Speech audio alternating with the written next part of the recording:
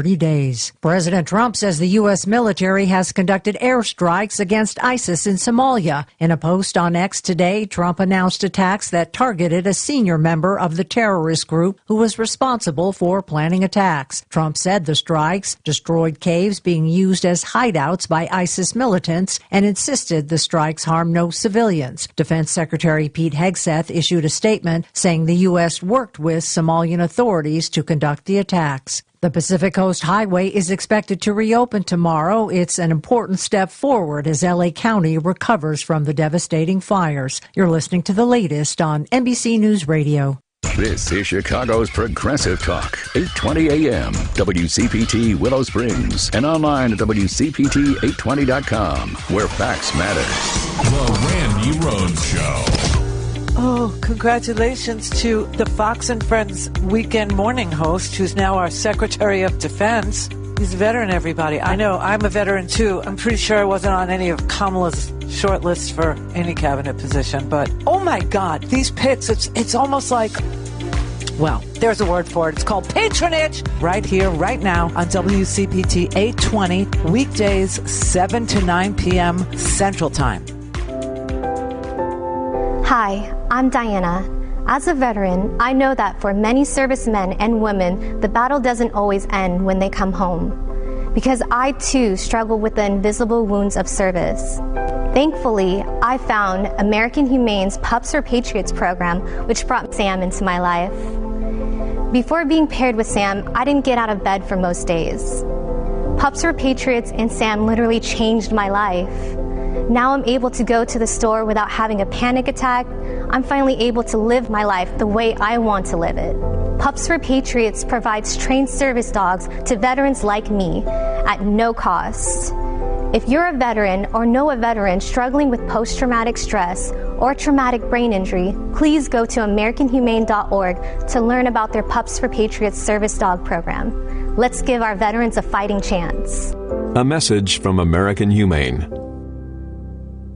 Hi, I'm Jason Hansen, a former CIA officer. In these uncertain times, with rising geopolitical tensions and skyrocketing inflation, protecting your financial future is crucial. That's why I trust Advantage Gold for all my precious metal investments. They're the only company I buy from, period. Call Advantage Gold now at 800-900-8000 for a 100% free gold guide to see exactly how gold can safeguard your wealth. Again, call 800-900-8000 today. Paid for by Advantage Gold. Performance maker. Past performance is not indicative of future results. Always consult your financial and tax professional.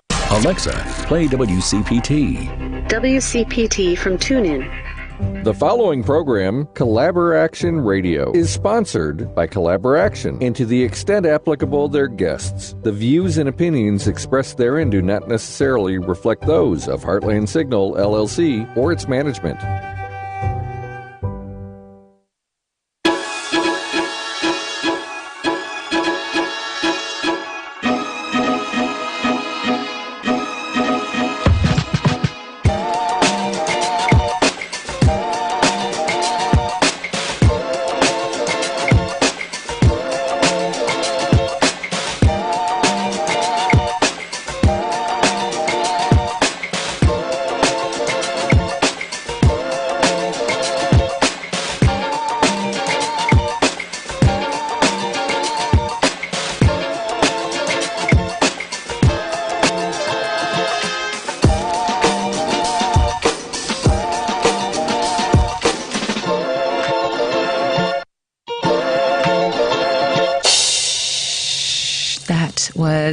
The iconic DJ Lady D bringing us in. Welcome to Collaboraction Radio.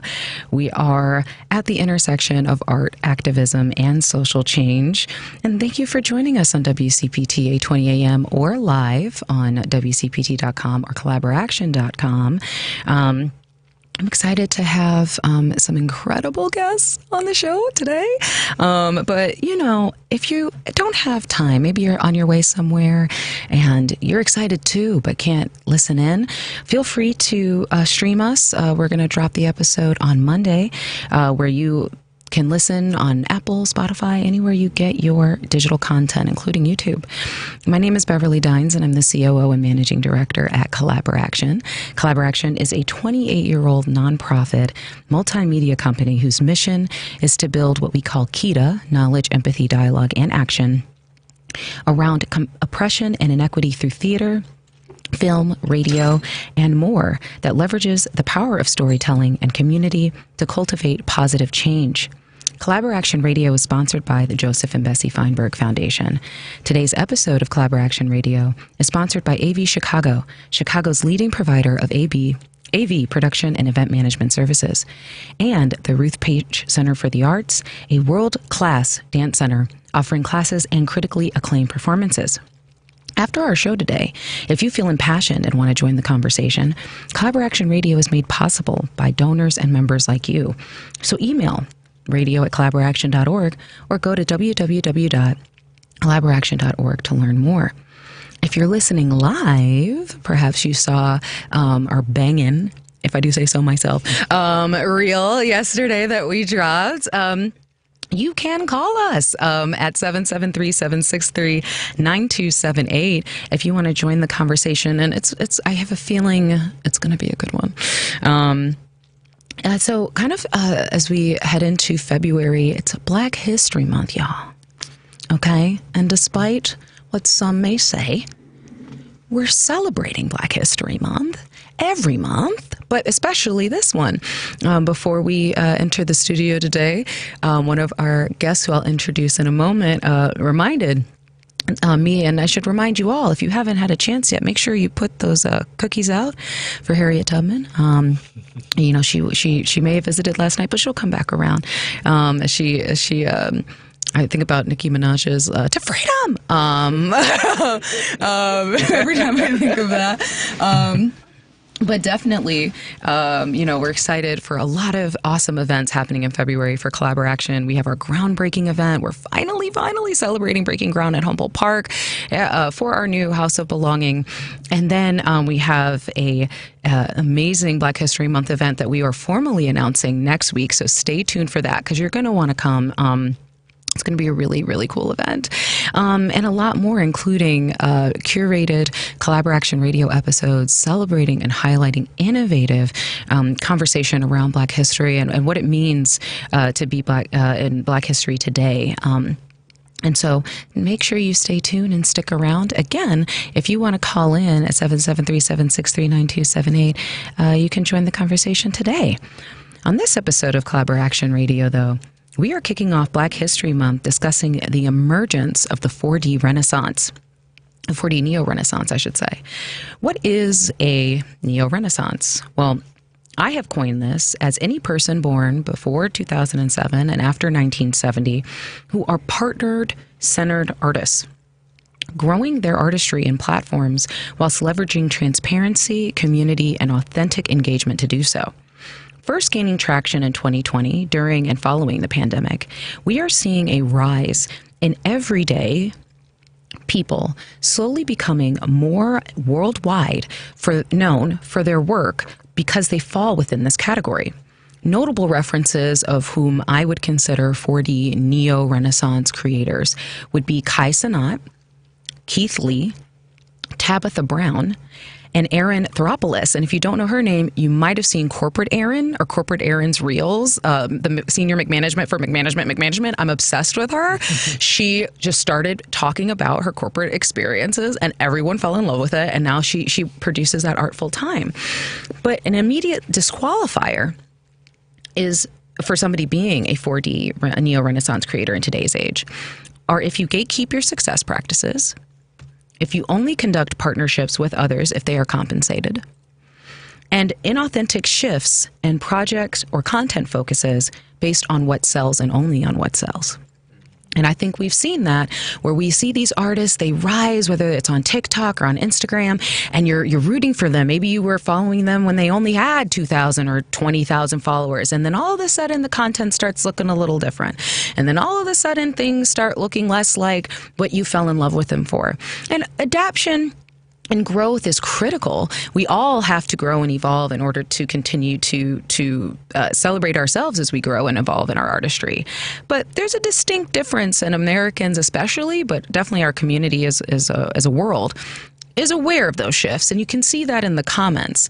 When somebody goes back to form, usually after what I call a significant emotional event, suddenly they'll go back to making that content that kind of got them their start. And people will say in the comments, I miss this type of content from you. I miss seeing this from you. That should tell you something.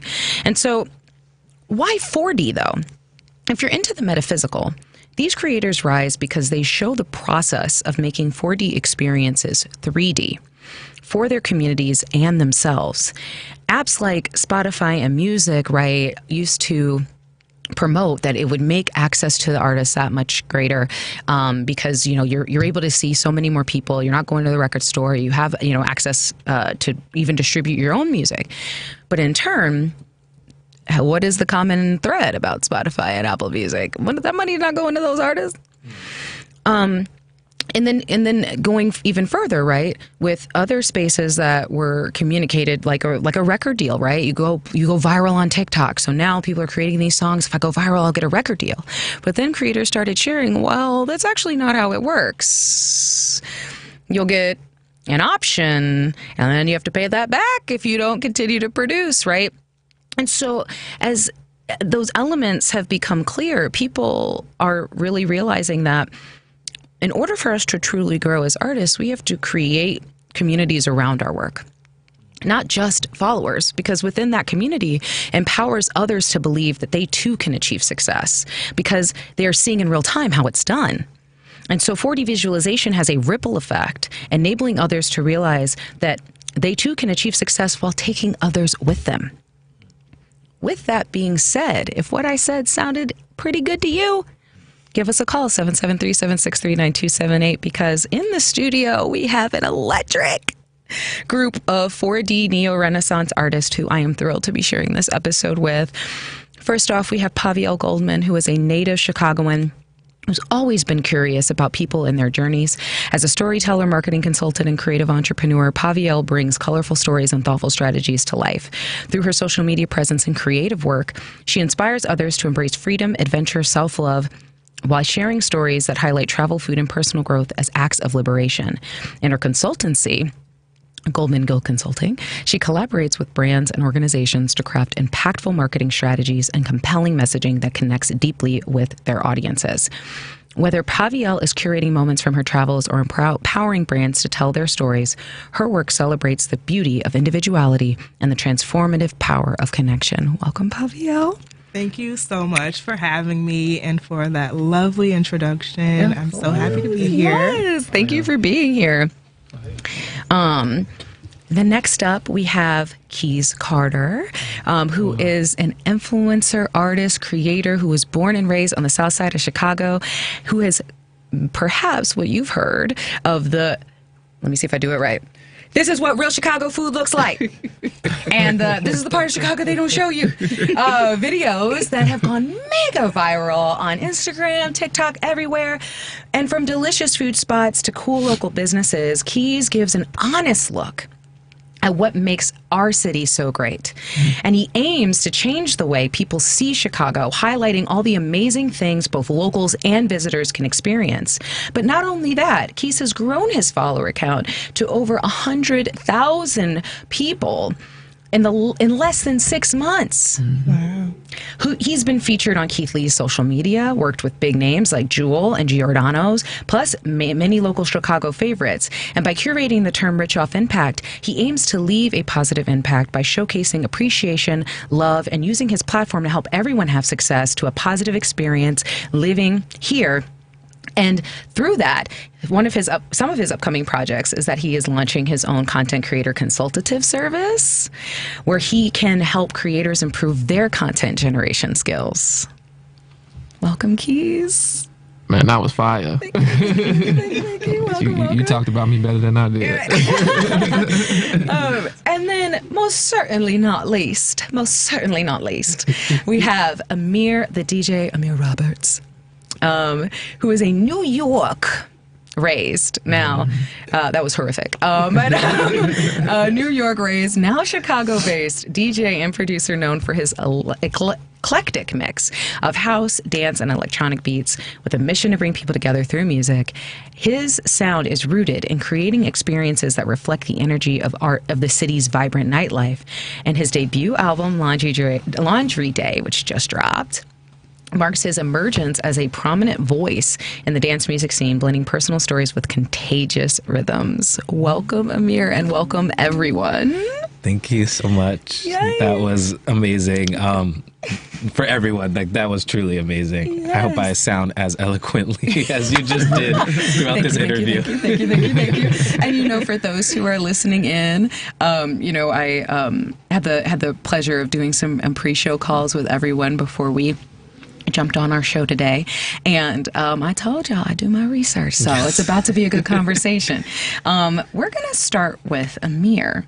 So, community partnership in leveraging your artistry is not new to you, because 5 years ago you were an intern at Ticket Evolution, correct? And you shared a post to your community saying, quote, recently a friend asked me to model for her so she can build her portfolio. I, of course, said yes because I really believe in her skills, and in return I asked if she could help me update my LinkedIn picture.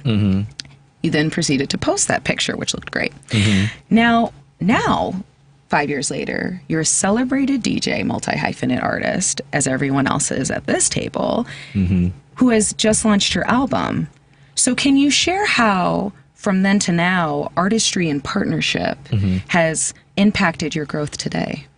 Yeah, I really think it kind of boils down to being raised as like an only child. I do have a sibling, but we lived in separate homes, so we kind of grew up with that only child kind of background and mindset. So I've always really valued friendship and like what those relationships brought to me. Like in school, I always took the time at school to like really invest in friends, and that was always a problem. And like report card day, like Ameer talks too much to his friends. But I say that because I surround myself with all of these people who I find extremely talented, and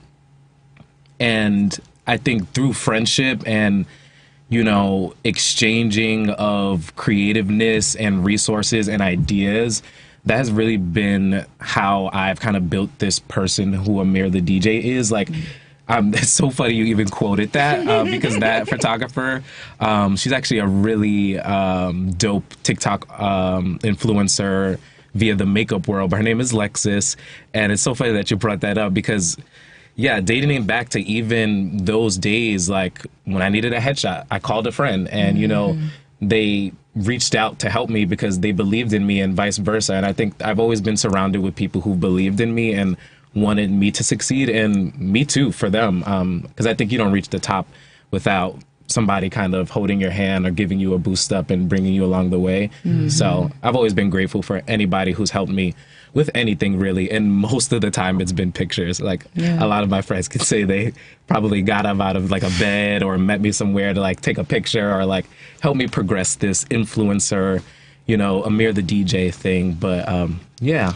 And so where do you find that you have then in turn offered that reciprocity in your work, as you've now kind of, again, as you've said, become established now in this new level of artistry? You recently had a community event that you did with your label. If you maybe speaking to that or other experiences where you in turn have reciprocated. Yeah. So specifically with Futurehood, which is the label that I dropped the album under, they've been around since 2019 and have always fostered community, specifically within the queer POC space. And again, that's something that has welcomed me here when I became a new transplant from New York. That exact scene are the people who welcomed me in. I had no family, barely knew anyone. And then within months, that community is who helped me, pointed me in directions that I didn't even know was eventually going to lead me, to here, because that... When I first moved here, Ameer the DJ wasn't a concept. I didn't think I was gonna like put this album out. But it really was the people that were around me that kind of helped me not only learn the craft and go through it, but feel supported and lifted in it.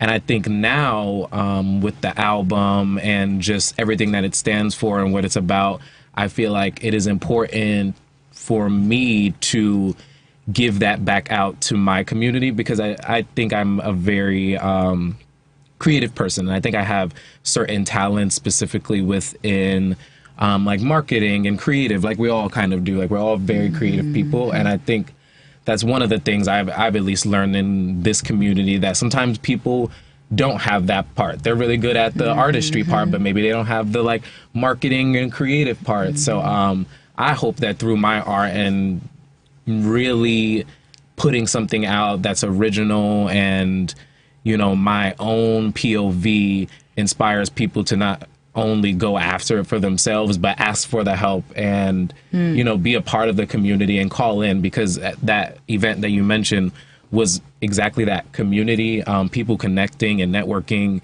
you know, outside of the club over a coffee, which was a really wild concept for a lot of people in the room.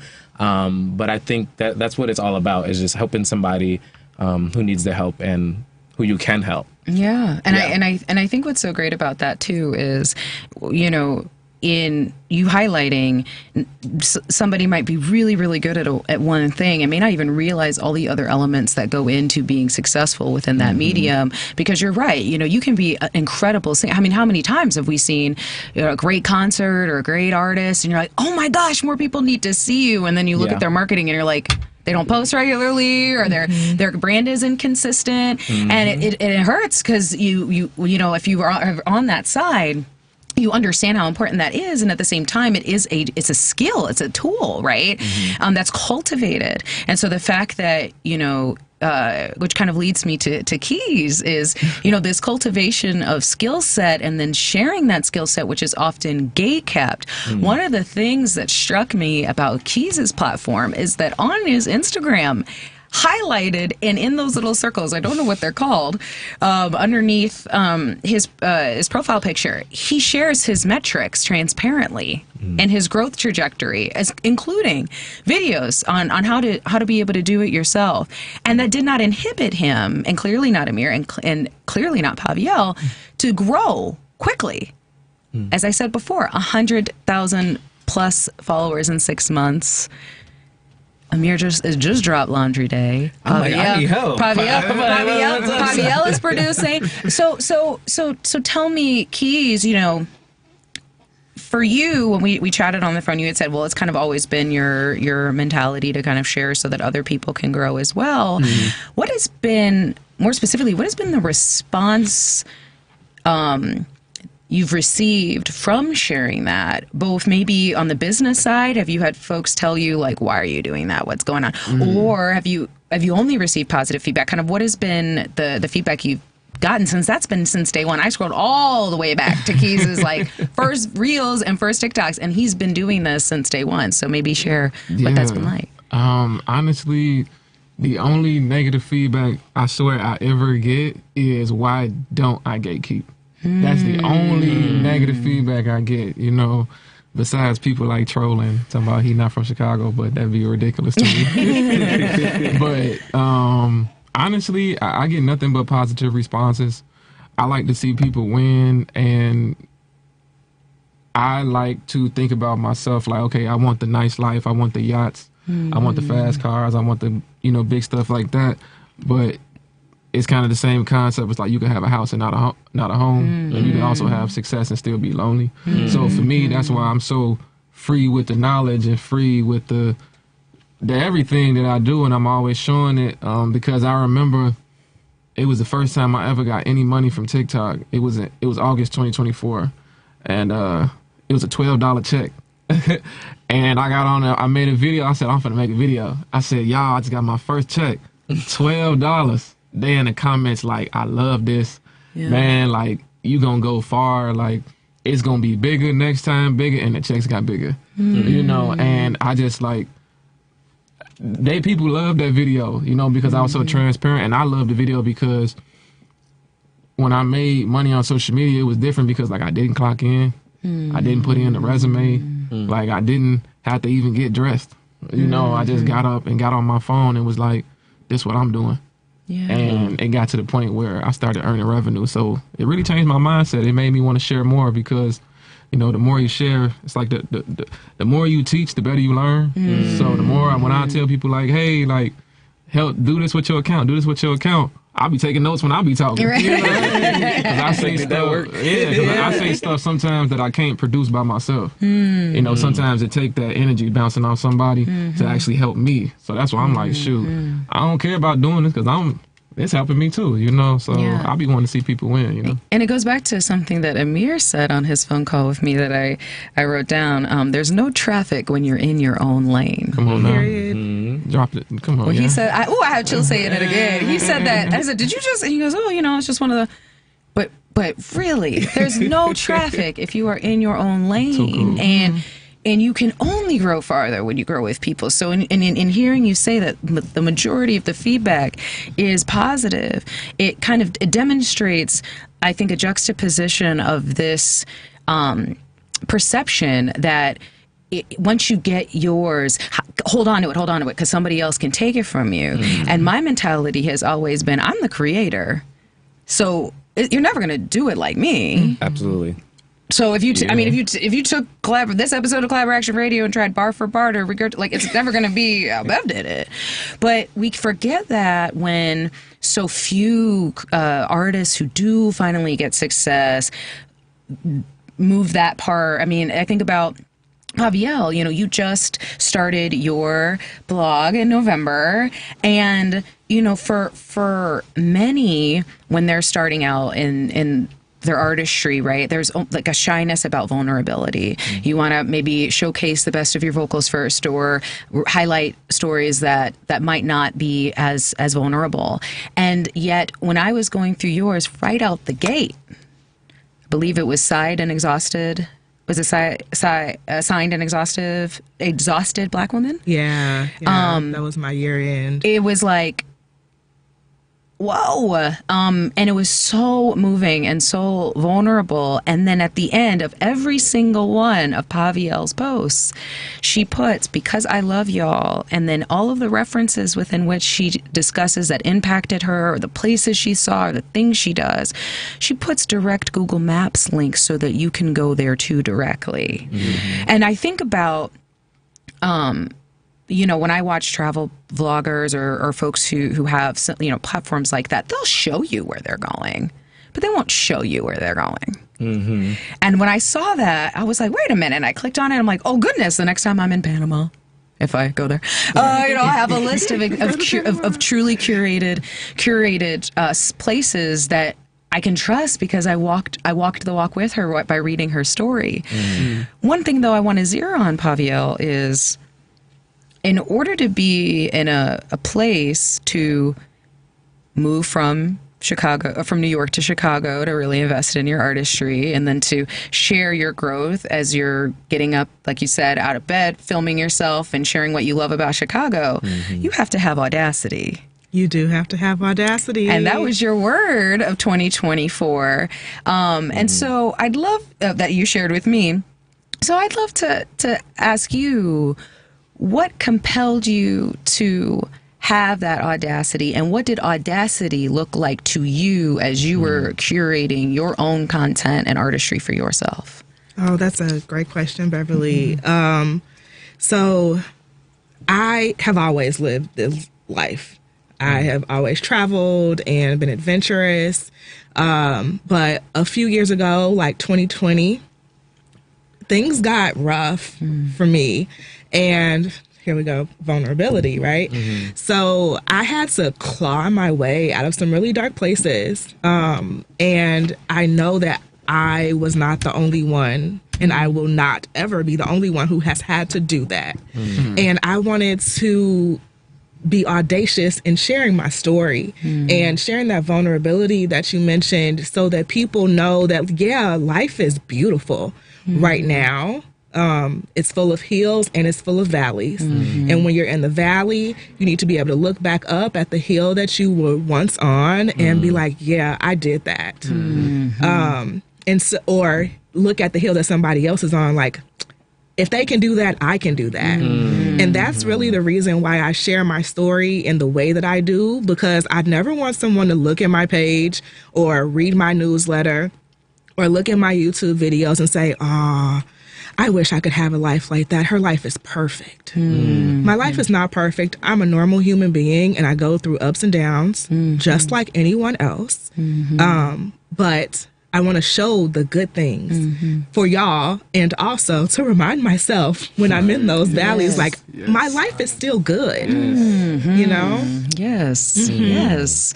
And I think what excited me so much about reading your content is it reflected in the work. I felt that authenticity while reading through each one. And I think one thing that kind of came to mind as I was looking at your YouTube reels, or shorts, I guess they're calling that. So many reels, TikTok, your shorts, is a lot of times in your content, you also take a moment to pause while you're traveling and give gratitude. And there was one post you did while you were on a road trip, and you have the most precious dog. Thank you. That's Gucci. Gucci is so cute. The most precious dog. But you paused and you have this very beautiful, I'm not going to share it because I want you to go to her page and listen to it. But this beautiful, beautiful, I don't even want to call it a soliloquy because I think you were just sharing your thoughts, but just describing how as you stand on the back of your ancestors, by embracing the opportunity to be able to travel freely and create and share that creation, that really resonated with me. And so I guess a question I have for you is, as you look ahead, because you're at the beginning part of this journey, what is something that you look forward to discovering about your artistry as you kind of uncover the evolution of your newsletter, of your consultative business? Kind of what are you hoping to find as you navigate this journey? The mission for me is always freedom. This is a path to liberation.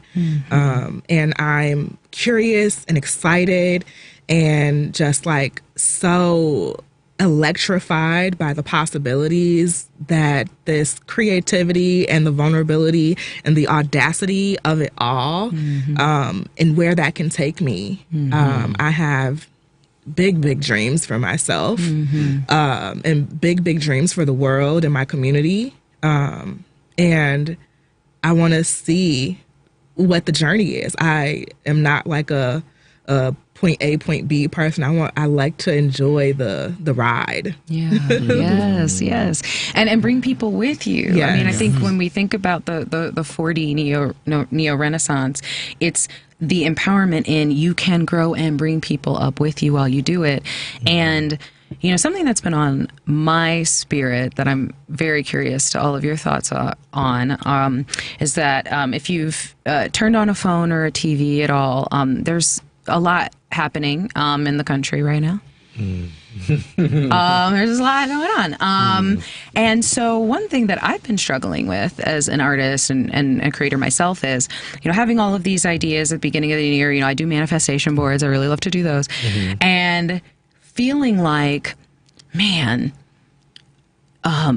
is it frivolous for me to be writing this or making music or doing this or doing that? How does it contribute? How does it help? Because there's so much that's going on, And the other day I was writing some things in my project management tool of just different creative ideas I had. And I kind of sat back and I was like, should I be making any of this stuff right now? People are upset, struggling, And my mom said, Beverly, it is when things are challenging, it is when things look their darkest that you should create and that you should step forward.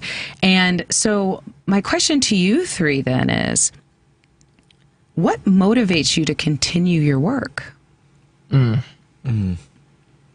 think a couple of things, but mainly there's just so much going on, like you said, and I feel like if you can be a moment of positivity or inspiration for someone in the cloudiness of the social landscape, and don't even get me started with just how they're putting the things in front of us and how much more it's, you know, being on our feeds. Like that's intentional and all these things. But then I also think they kind of want us to be scared and quiet now. So I feel like this is the time where you really do you reach in deep and try to find that inspiration, not only for yourself sometimes, because oh my God, like I literally made a TikTok yesterday, like, can we all just say what is going on? Like, can we all just agree that we're all confused about what is going on? Because you don't want to sound insensitive, and you want to sound educated to what's going on, but then it's just like, it's a lie and it just piles on you. So I try to be that moment of like, hey, this guy is like doing this project over here that he's super passionate about.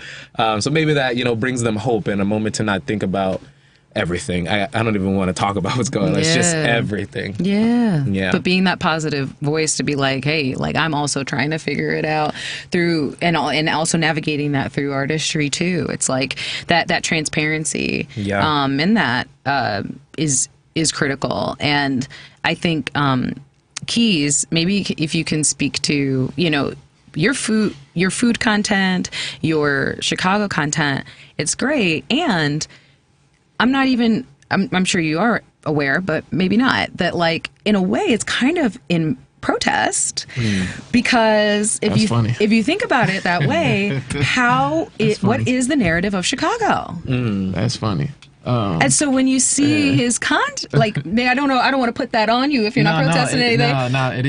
But in a positive way, in this narrative of what the city is, and then you see content like Keez's, where he's going in community, not just the hot spots in River North. And I love River North, but like really going in community, going to events, being alongside people, showing you. There was a farmer's market that I'm like, I've been here. I didn't even know that existed. It's tomorrow again. And so right. And so in that, you know, to Ameer's point about, you know, even more so like coming to the forefront. Do you see yourself, Keez, as kind of somebody who's we call them artivists, an artivist, in like showcasing that, or you know, kind of what way do you see yourself in shaping the cultural narrative of Chicago? Wow. Man, I feel like you just turned so many lights on. You know? She did her research. She wasn't playing. I didn't even think about it like that. Because it's funny. The food.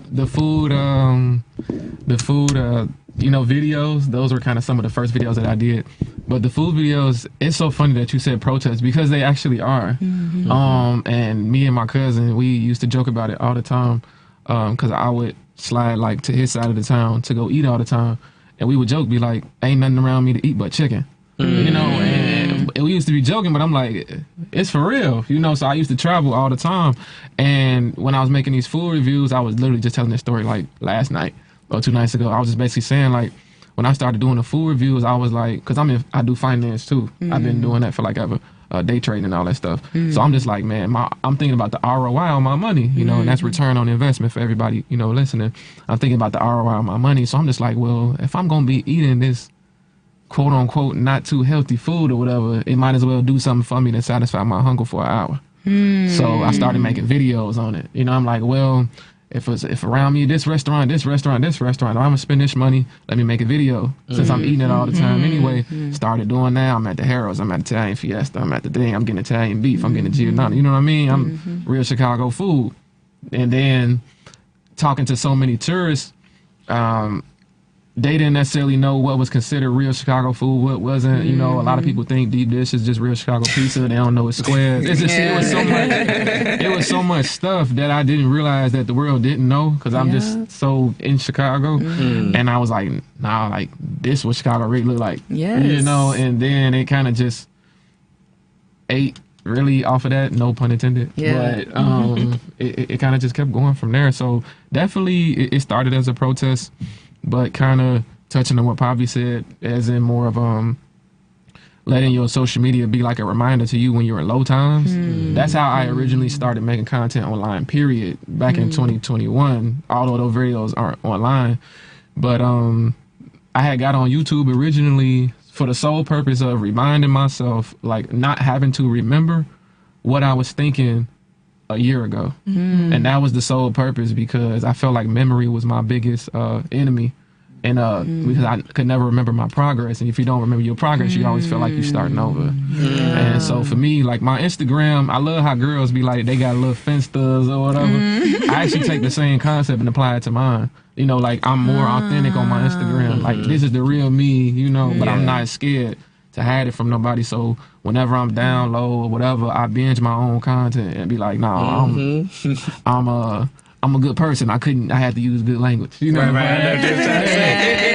a great person. You know, very talented. I'm very talented. Yes, and you know, and I think too, it's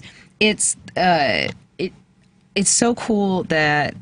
Because during our conversation, Keez, you had said, you know, if I threw my phone in Lake Michigan today, I'd be the same Keez on here, the same Keez you meet in real life, and that really, again, you know, I referenced those emerging artists, and you're listening to 3 of them now, maybe 4 soon, as I work on my work. And that is what people are looking for. They're tired of constantly being sold products. They're tired of constantly kind of hearing songs that are just, you know, a snippet that is specifically for a dance bite and not really telling stories.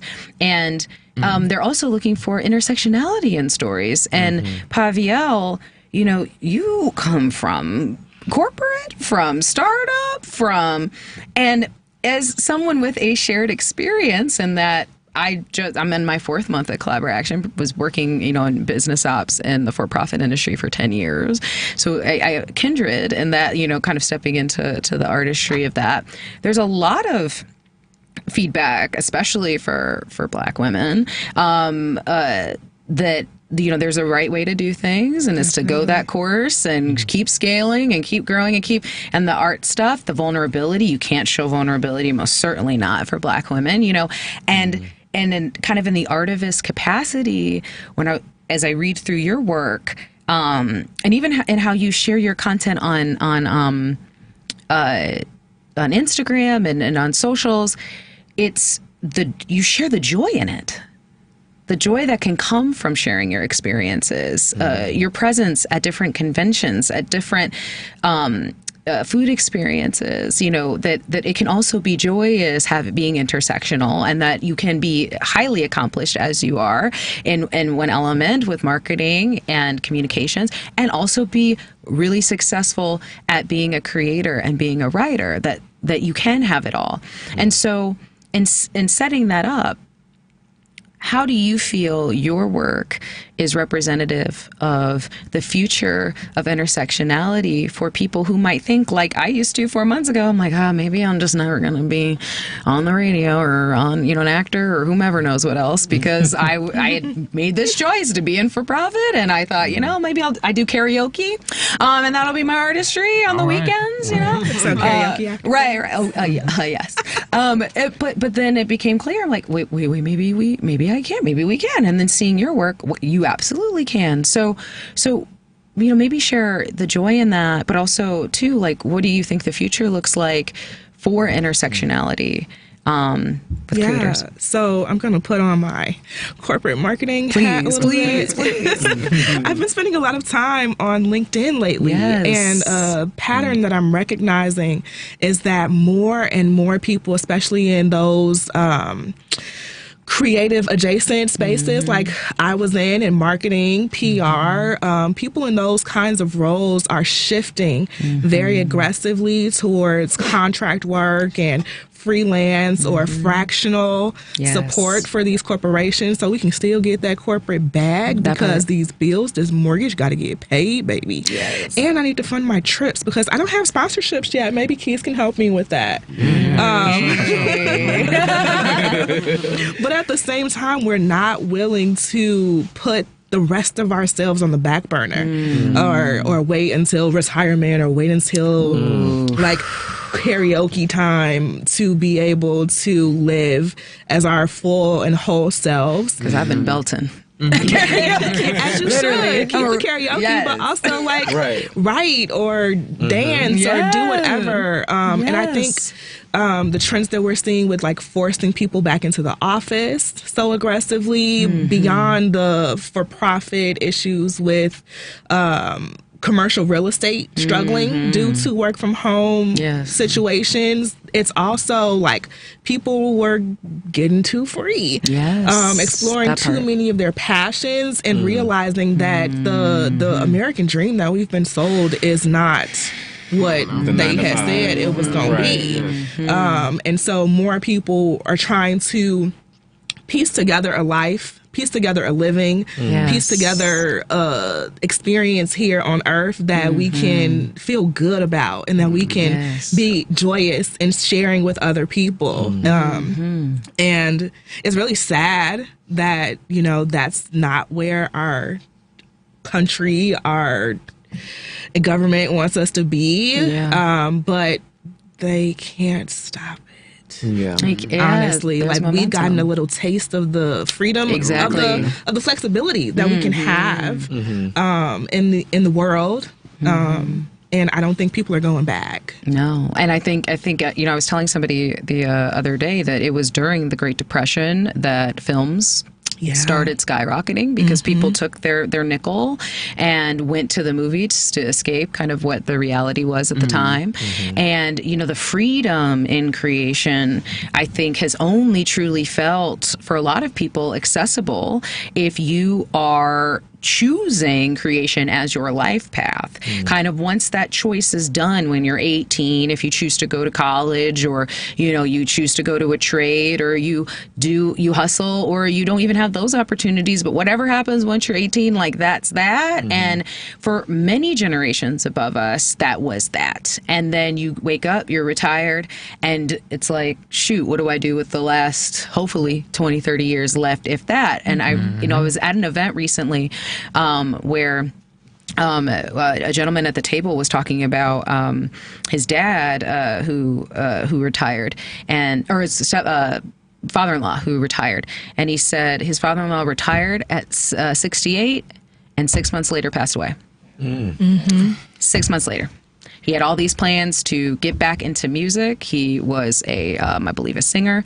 And before he did the corporate thing, and 6 months later passed away. And so it goes to show that, like, regardless of where you come from, you know, and what paths you've chosen, utilize that as an intersectional frame point for your art, because it'll allow you to connect to more people. And I think, you know, as I reflect on our amazing guests today, I was very intentional with choosing and collaborating with these three incredible artists, because you have Paviel, who's just at the beginning of her rise, and it will be a fast rise, especially as we continue to bring in opportunity like this. She just started her journey. You have Ameer, who's been going but is now ramping up more as Ameer the DJ, and then you have Keez, who in 6 months is catapulted. You see now 3 different paths that are all going the same place. If not further than where they think they'll go. And they were all unconventional in how they got there. You've heard now this intersectionality, and specifically for Black History Month. What I get so much joy in reflecting on all of your artistry is when we think about Black History Month, there's often, have you ever seen like Our Friend Martin? And like stuff like that, you know, when you're teaching about, it's like this, you know, it's just very, you know, yes, there'll be some times where you'll see musicians in the past or whatever the case, but it's often very like, and then we marched on Washington for freedom, you know, it's very deep, right? And yes, that's part of our history. Yes, that's, you know, and it has empowered so much for how we are today. And what about now's history? History is now. It's happening now. And each of us have the ability to be a part of it. And in seeing the work that's here, you're literally seeing history in the making in a way that feels tangible. Like you said, we've gotten a taste that, well, wait, I could put my phone up today and do this, and people connect with me. Wait, what? And there was something that Keez, I believe you posted that, if you only have 100 followers, maybe it was Poppy, I can't remember whom, but if you have 100 followers, like there's 100 people in a room, it was a picture of 100 people. And I was saying that the other day, like, I as I was calling each of them, I was like, I only have 70 followers right now. Or no, actually it was 65 at the time. I have 5 more now. Thank you. To those. Thank you. Already growing. Right, we're on the rise. But I said, and I was talking to each of them, and but the conversation was so enriching that you again, we have this society. If you don't have any followers, don't talk to me. Mm-hmm. And I've always been of the mindset that community and empowerment and community will bring people together who are supposed to be together, serendipity. Mm-hmm. And so as I think about Black History Month and the serendipity of this moment, creating a 4D experience, right? The concept of this episode was nebulous 4 weeks ago. Mm-hmm. Mm. I told Anthony, our artistic director, I know what I want on the show, but I said to him, I'm going to figure out how I'm going to get folks on the show. He goes, okay, I trust you. Like, yeah, you'll have a great show. I then went home and I said, I have no idea how I'm going to procure 3 people. And then my thoughts, right? These are the kind of things that can get in the way of creation. Mm-hmm. I was almost blocking myself because I was like, oh, who's going to respond to me? Because I only have I have my LinkedIn, which I'm really proud of, but my Instagram is tiny.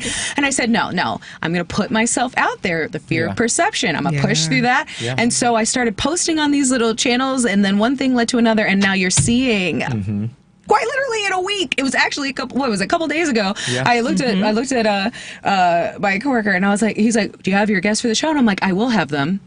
Mm-hmm. You gotta speak it. Well, I mean, you had your plan already set, and it was already there for you. Yes. And I truly believe creativity is like what you do despite the numbers, and despite what people think. That's a fact. And you put yourself out there, and look. I mean, I feel blessed to even be sitting next to these people. I'm like, these people are dope. Yes. And you didn't even think you would have 3 people, and now look. Right. The people you have. Yes, and I share that. Thank you, because I share that because we often get in our own way because we cut ourselves out before we even put ourselves out. Yeah. And this Black History Month, whether you are in the Black diaspora or not, don't cut yourself out because you don't know who's watching. You don't know who would be excited to see your work. And I think, it goes back to what was said about getting caught up in the numbers, getting caught up in the success, getting caught up in the whatever the case, or getting the yachts or getting the whatever, like that'll come as long as you stay authentic to yourself. But what happens then is, like I said at the beginning of the episode, people get a little bit of the bag and then they are no longer that's what got them to forget. Like, wait, the reason you have that bag is because you were yourself. But don't cut yourself out before you do that, especially Black creators who might be sitting on. My mom is sitting on a book. I'm like, Mom, published book. She's like, come on, Mom. Right, come on. How many of us, right? And so if you're hearing this and you're thinking like, I have this song, but who's going to listen? Somebody will listen to it because I'm going to find somebody for the show. And now you're seeing these 3 incredible creators on this show. So the question I'd like to end us with, because just like that, time flew by. And I hope you all will come back on the show. Absolutely. Because it was a pleasure kind of hearing about your experience. The question I'm going to leave you all with is, Paviel's word last year was audacity. Mm-hmm. This year's word for Paviel, if you don't mind me sharing, is expansion. Yes, it is. Okay. What is next year's word for you all? Well, we just got here, Beverly. I know we just got here. Still getting to know 2025. And as I think through, and this is something I get teased on at work all the time, Beverly, you always are thinking 4, 5, 6, 7 years ahead. Mm-hmm. And I feel like I always do that because I want to be preemptive. But the reason I'm asking about 2026 is, let's say we come back, and I'll put a note in. Let's say we all come back on this day next year. What would you want to describe, if you don't want to go that far ahead to 2026, what would you want to have described this year to be for you? I like this already. Let's say we're back here. We're back here a year from now on this day, February 1st. We're kicking off Black History Month again. And what would you want to be able to say? Wow, Bev, since that episode, blank. I have to go first. You do not. You do not. Okay. I put you on by sharing your words, so you do not. You do not. I mean, you ready? Yeah. You know, I love thinking like in my future self. That's why I really like this question. So I can't even say if I'm sitting here next year. So I'm in my head. I'm sitting here next year right now, currently. Yes. It was definitely right. Ooh, then let's role play it. Let's role play it. Okay, so it's now 2026.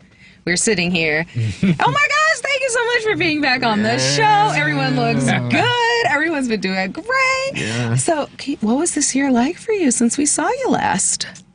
Oh my goodness. This year was definitely all about taking control. For me, like being in the driver's seat.